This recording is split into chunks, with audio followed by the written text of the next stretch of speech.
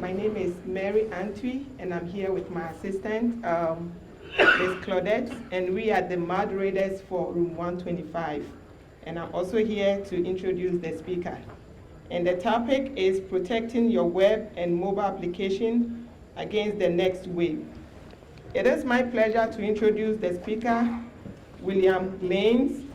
And William Lane is a director of solution engineering, where he leads a North American-based team evangelizing F5's distributed cloud security and services. Lane has an extensive background in web performance, monitoring, and security. Prior to joining F5, Lane held leadership positions with Instant Logic, String Loop Network, and Akamai Technology. Please, shall we welcome William L. Lane? Thanks, Mary. You're welcome. So we'll go ahead and, the big question I always get is what's the H stand for? It is a family name. My dad goes by Hank Williams, which would have made me Hank Williams Jr., and my mom was like, no, not going to happen, not going to happen. So hopefully that's not the only burning question that you have today. If you do have questions, please just, raise your hand, speak up. There'll be time at the end for questions, but if you want to go in the middle, that's fine too. So the big question here to you, anyone know what this date is? And if it's someone's birthday, I apologize, or I'll say happy birthday.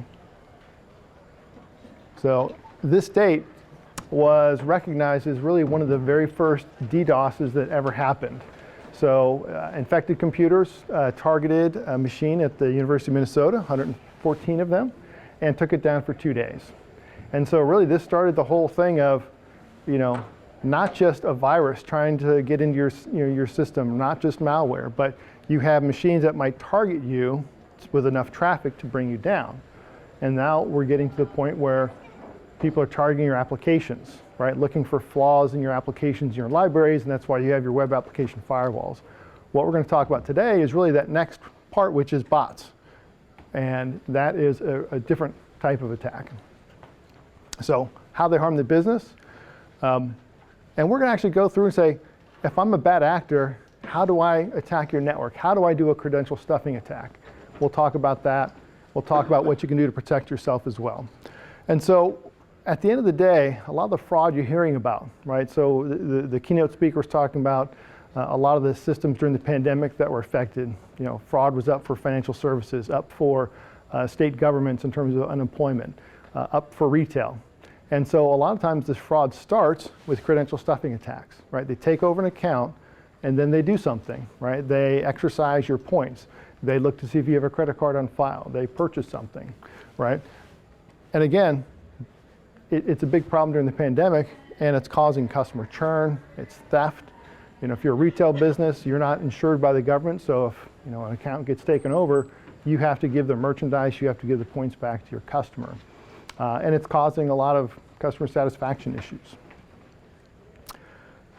And what's interesting too is, do we have any fraud professionals here today? Okay, so really on the security side, because in the security world, we think of protecting the front door, and we think of stopping the attackers before they can get in and then do something bad. Now the fraud teams, on the other hand, what they're thinking about is not protecting the front door, but when the fraud actually happens. So the account was taken over, of course they care about that, but they care about the fraud that occurred when maybe the credit card not found, transaction happens from their systems, right?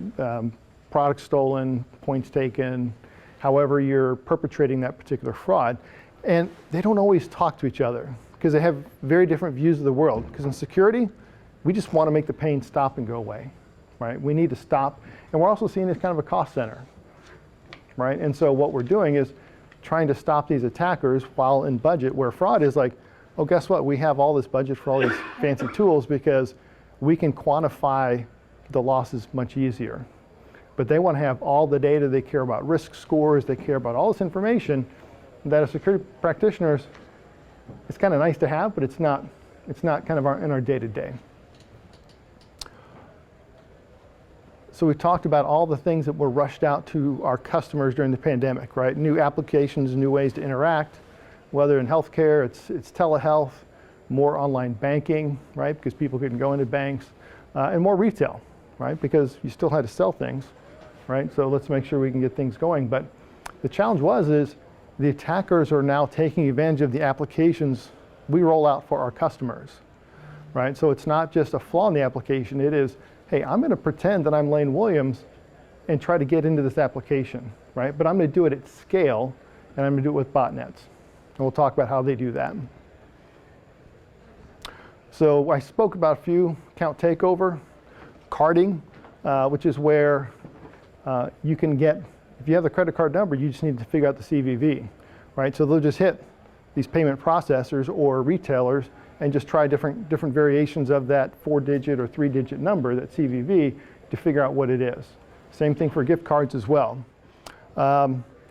Scraping, right? Scraping your content, your site for content.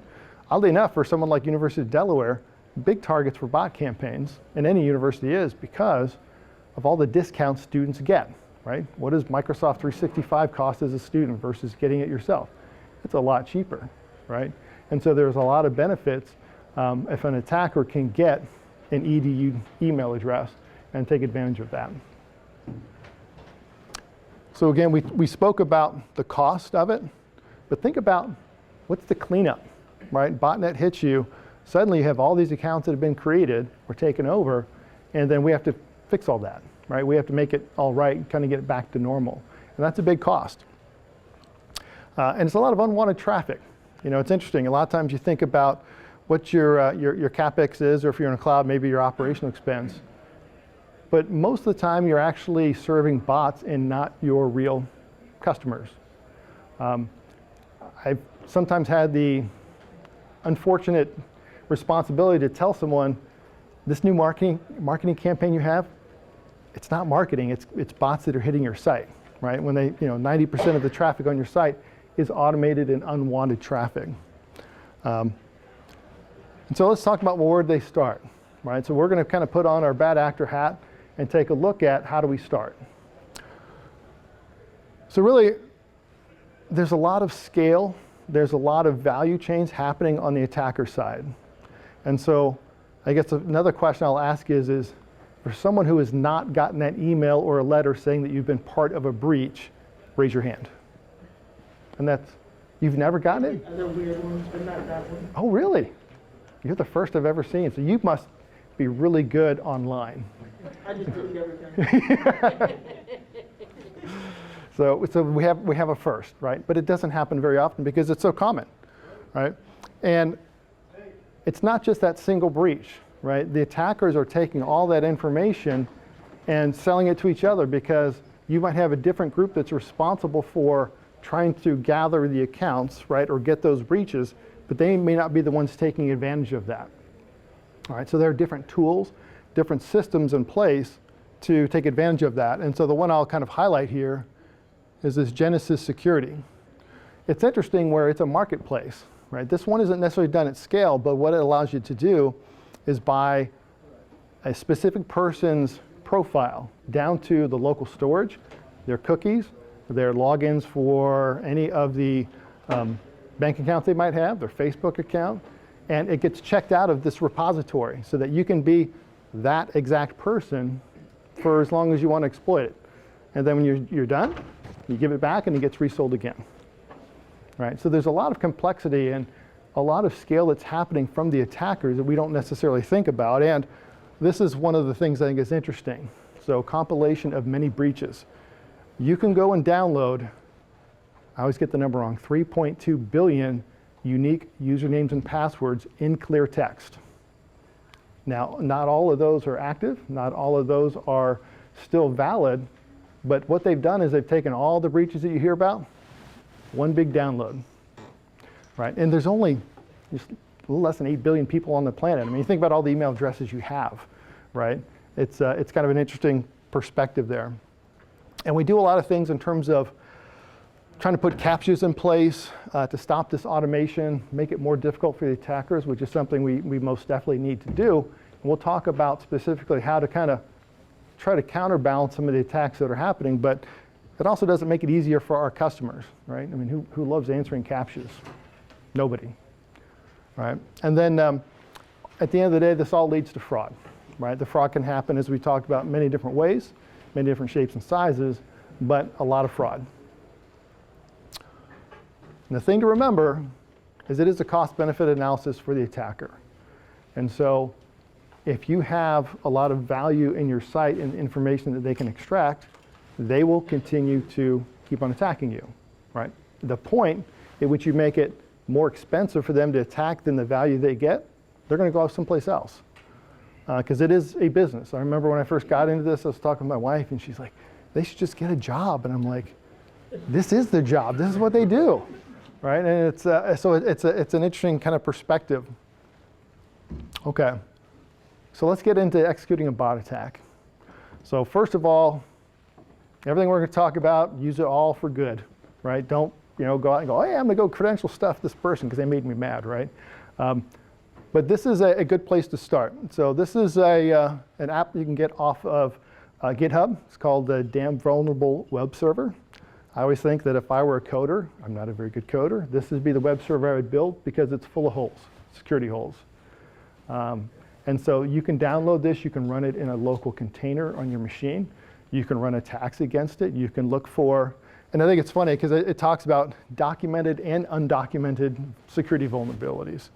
And so I just think they're like, this thing is terrible. We're going to put it out there and we're going to spin it, right? Some marketing person said, hey, this is going to be for, trying to find security vulnerabilities because it's just so bad, right? Again, this is what I would have built. But again, you can sharpen your tools. And it's not just for credential stuffing, but you can definitely use it for that as well.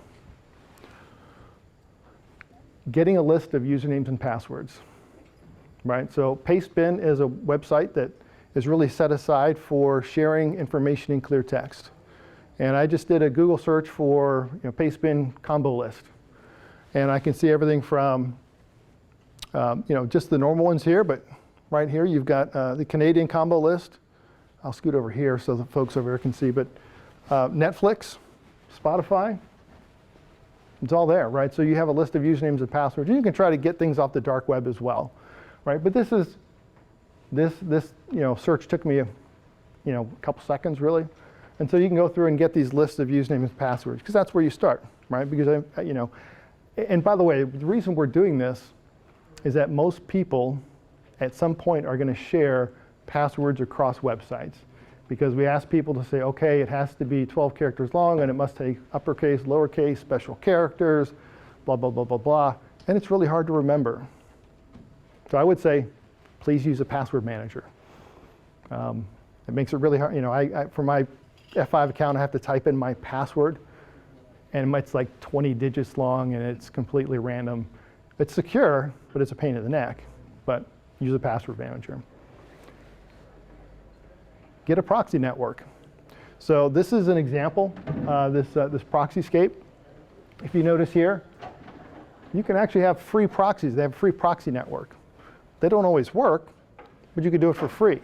You also notice down here, I can rent 8,000 proxies a month for $167 a month. And so why would I do this? So one is you can branch out your attack. So maybe you have rate limits in place from certain IP addresses. The attackers are going to find those rate limits, and they just are going to go wider, right? Have much broader attack. And so they're going to go ahead and rent as many proxies as they need. And plus, this gives you scale, right? Because if I have a million usernames and passwords, I want to use my credential stuffing attack. If I do them one at a time, it's going to take forever, right? So it's going to be the scale that we look at. There are other solutions out there that you can try. Hide My Name, Spies.one. So again, it's not, these are legitimate businesses because there are products that are built to maybe go ahead and scrape competitive websites to get content and to get pricing and things like that. So there may be legitimate uses for it. Maybe you're, maybe you're a fan of some sport overseas and they don't allow you to watch it in the US. Use your proxy to connect and, VPN, someplace else, right? To watch your favorite sports or whatever team you want to watch. CAPTCHAs, right? So before I mentioned, we all love CAPTCHAs, right? And there are CAPTCHA solving services because people put CAPTCHAs on websites. And so you can subscribe. This one I have here highlighted is called 2CAPTCHA, but they have Death by CAPTCHA, captcha sniper. There's a whole bunch out there. And you'll notice here that it says starting 1,000 solved captchas for $1. And this is all API driven. So it's not as though you have to do anything fancy, and we'll look at that in here in a second. But if you really wanted to punish someone, you can make them work for captcha. And you would be online solving captchas, because really what happens is on that thing that says press on every part of the image that has a stoplight in it, right? Someone on the other end is actually doing that. It's just API driven, right? And so they're going to give you a response. Depending on which version of reCAPTCHA you're using, right? There are certain keys that are in place that you can go ahead and people will more or less click on something, or the latest fun captcha where you spin the animal to make sure it's right side up or whatever, right? So you could actually do that if you wanted to. Now, I mentioned they have all of these things in place, PHP, Python, JavaScript, and if you see this kind of black box with the B in it, we're going to talk about that here in a moment. That's Browser Automation Studio. And we talk about the supported captchas, right? So it's not just the simple ones. I even learned, I'm not a TikTok person, but they have TikTok captcha, right? They built their own version of captcha to protect their application. But yeah, so enterprise captcha, version 1, 2, 3, you name it, they have it. So again, you get the captcha solving service to get past the captchas that are on the website. This is Browser Automation Studio. So this is where it all comes together.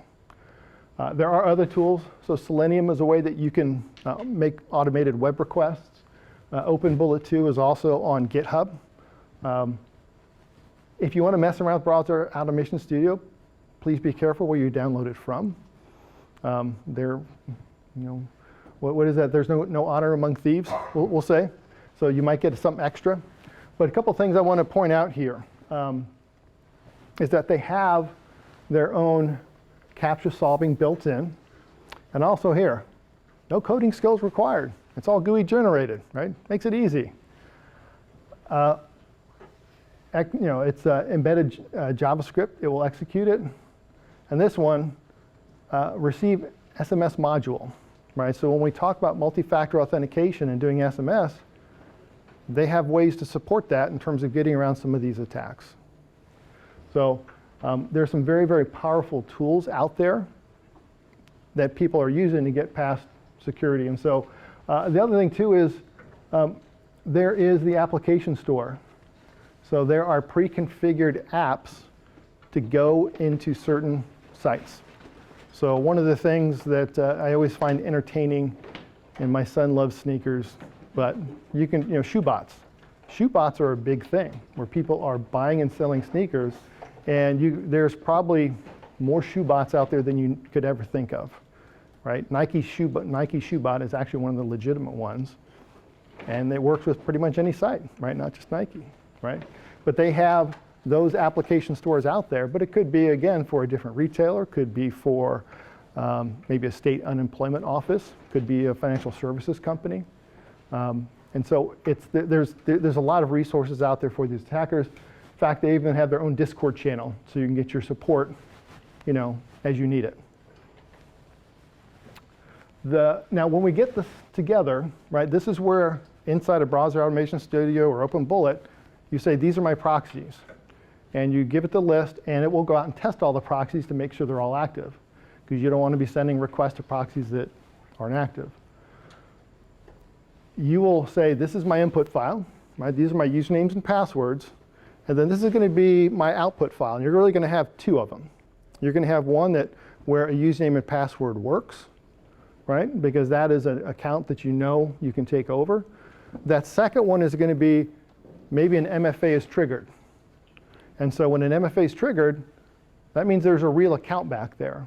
You're not getting access to the account directly, but you can accumulate that and go, okay, well, I know there's an account, or there was a user by this name on the system, and so maybe there's phishing or other types of techniques to try to get to that user account and that username and password. Now, you're also going to want to understand login and success. because when you first log in, right, you'll have a fake account, a canary account that you'll use to go ahead and log in, and you're going to see what a successful response looks like, and it'd be like an HTTP 200 most likely, or maybe there's going to be a response in the HTML that's going to have some string that's going to say that it was successful in some way, right? Because you're going to need to delineate between the two, between a good login and a bad login. And again, you're just going to record all those, right? The good, the bad, the ones that got MFAs, and you're done. So it's not necessarily that difficult to go through and run a credential stuffing attack. And it's gotten a lot easier with the resources that are out there. And I recommend try to credential stuff your own machine, right? Hopefully you don't kill your CPU on your machine, but it's not as hard as you might think. So what do we do to kind of protect ourselves, right? So, there's a lot of different tools that are out there. And so if what we talk about isn't necessarily fixing your issues, there are companies, F5 might just have a product to do that. But we'll go through and how you can do it yourself. Because again, the attackers, if you stop them and there's enough value, they're going to retool. And you stop them, they're going to retool. And so many times, the first or second time to stop them isn't that hard, right? The 10th time, the 100th time, that's when it becomes very difficult because, for example, financial services companies, right? You're just, it's not some kid in the basement trying to hack into Bank of America or Citi or JPMC. It's nation states, it's organized crime that know the change control windows of the banks as well as they do. Okay, I just got done complaining about how bad captcha is and how easy it is to get around them, but you should use them if you don't. And the reason is it causes the attacker to spend more money to get past your defenses. And at the end of the day, we want to make it more costly for them to keep on attacking you. And so, again, I'm not a fan of captchas, and a lot of people, I think, have a false sense of security because they have a captcha, but you do have to have one. It's like, okay, I'm going to lock my front door, but I'm going to keep that key right underneath the front mat, right? The attacker can go, oh, shake the door, oh, it's locked, and then they check for the key, right? It is something. Rate limit non-residential IPs. So you might have your apps running in the cloud up in AWS and GCP, but that's not where residential ISP traffic comes from, right? And so if you see traffic from AWS, you see traffic from DigitalOcean, or I listed Chupa up here, it's going to be bot traffic, right? That's what those networks are pretty much known for. So rate limiting. Also, if you can track headless web browsers. And so there are versions of many web browsers, Chrome, Firefox, that can run without a keyboard monitor, just all command line driven. But there are certain telltale signs in the environment that kind of announces them, right? So if you just straight up use Phantom.js or this Navigator.WebDriver, right? That's in Chrome, the headless version of Chrome. That's going to kind of alert you that this is a headless version, right? Most people don't use headless versions of Chrome, right? Unless you're in QA or you're a security person or a computer geek like me or other people in the room, right? Require a JavaScript. So you'll need to make sure that they executed JavaScript and then there's some proof that they executed the JavaScript. Again, this is increasing the cost for them to keep on attacking you. I've left this somewhat ambiguous because probably the best way to implement this is a way that's going to be custom to your site. And there are other systems out there that collect signals, what we'll talk about here in just a moment, that force you to execute a JavaScript. But again, you're increasing the effort. We can talk more about this here afterwards if you want specific examples of things that you could do. And then fingerprint your clients. So fingerprint.js is something that's also out in GitHub. You're not fingerprinting them to try to sell things or market to your customers across different websites. This isn't advertising. This is all about trying to understand trends in the data that you may not see without trying to understand the device at the other end of that request. So an example might be collecting device ID information and go, well, hold on a second. This device has tried to log into 20 plus different accounts. Is that normal? Is it a kiosk? Yes, it is normal. Is it not a kiosk? Then it's probably not normal, right? I mean, I might log into my accounts from my laptop, my mobile phone, my iPad. So I got 3 right there, but 20? That's a little sketchy, right? MFA, right? So this is probably one of the best things in our arsenal. MFA is very, very helpful. But again, when you trigger an MFA, you're also giving signal back to the attacker that there is a live account on the other end of that request, right? So they could either, again, harvest that information so that someone could try to do some social engineering or phish that account. But MFA is, very effective, right? And it makes it, again, a lot more costly for them to keep on attacking. Login success rate. So a lot of times people don't think about this, but if you're in the middle of a credential stuffing attack, what's going to happen is that attacker's throwing 1 million, 2 million usernames and passwords at your site that may or may not be active accounts, may not be, there might be really old information. So the login success rate might be 0.5%, right? Now when you're working with a law of big numbers, and you've got 2 million or 1 million accounts, that's still a lot of accounts that you take over. But what happens though is most of your real customers, they know their username, they know their password, and it's maybe 80, 85% login success rate. During a credential stuffing attack, that drops significantly. So that's another way that you can tell if that is kind of the attack vector, is looking at the login success rate. And then kind of the last part here is that, check your existing usernames against some of these breach sites, right? Have I been pwned, right? So this is a good site to look at. You can look at it individually, right? So sometimes you can make yourself feel better and go, well, my current password is not in this site, but it also is API driven, so you can put a whole host of usernames and passwords against it. And so just kind of to wrap up here, it's a different type of attack you're trying to defend against, right? They're taking advantage of the applications you have created for your real customers, right? Not looking for flaws in the application, not trying to just send you so much traffic. They're trying to look like your real customers. And if you can understand how they're attacking you, you can start to put some of these controls in place to minimize the damage or the logins that they might do to your site. And just enable some of these protections, right? They can go a long way.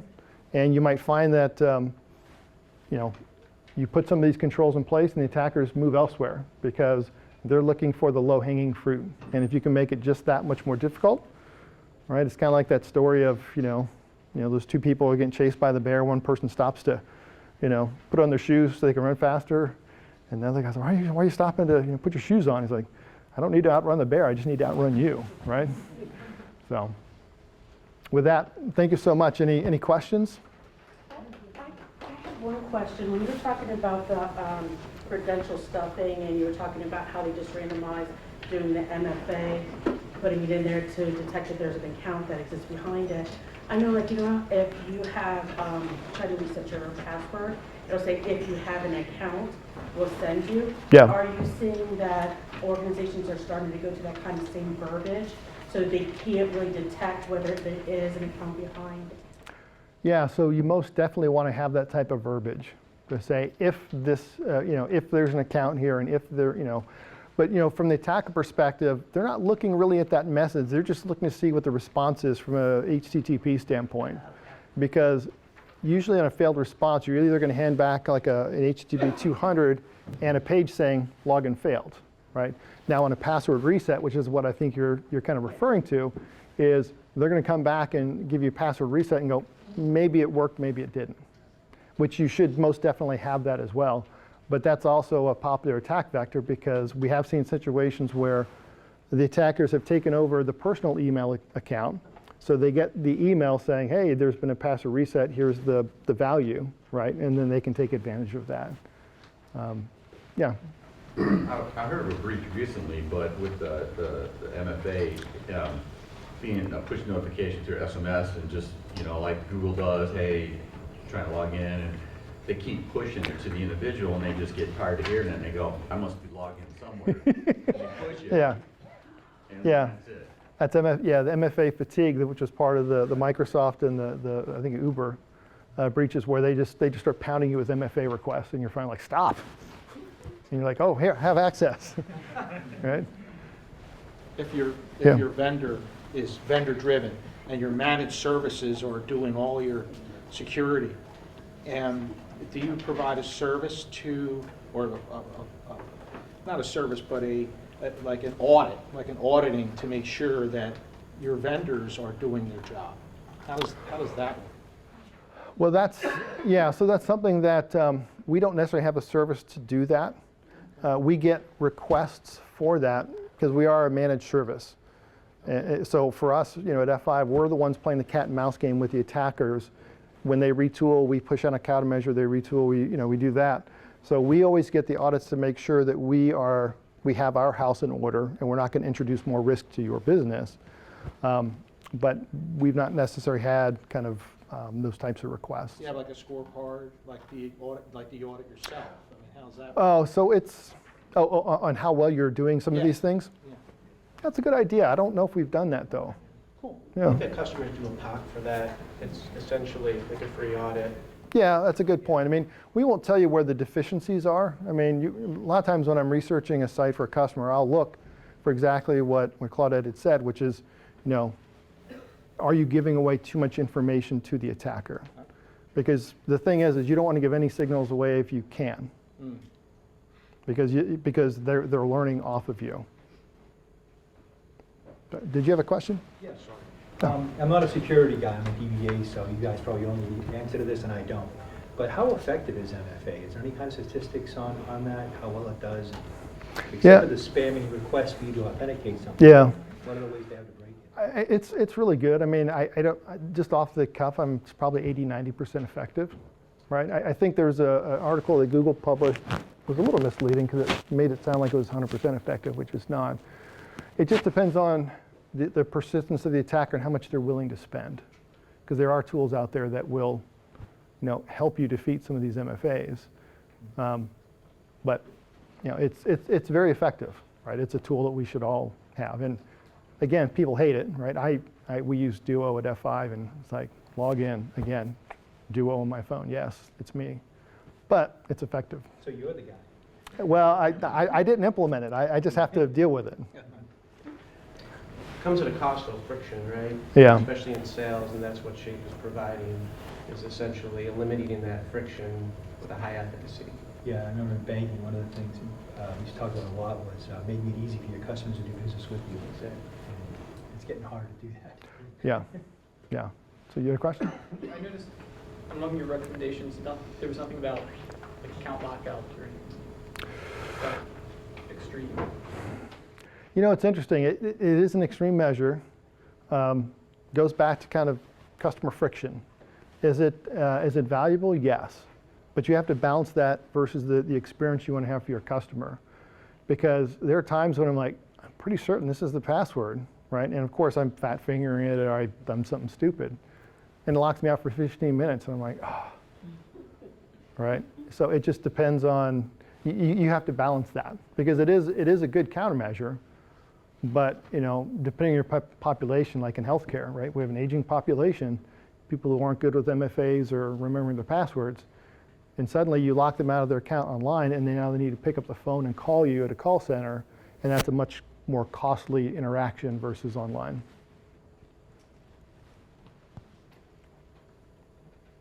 Anything else? Any other questions? Well, thank you so much.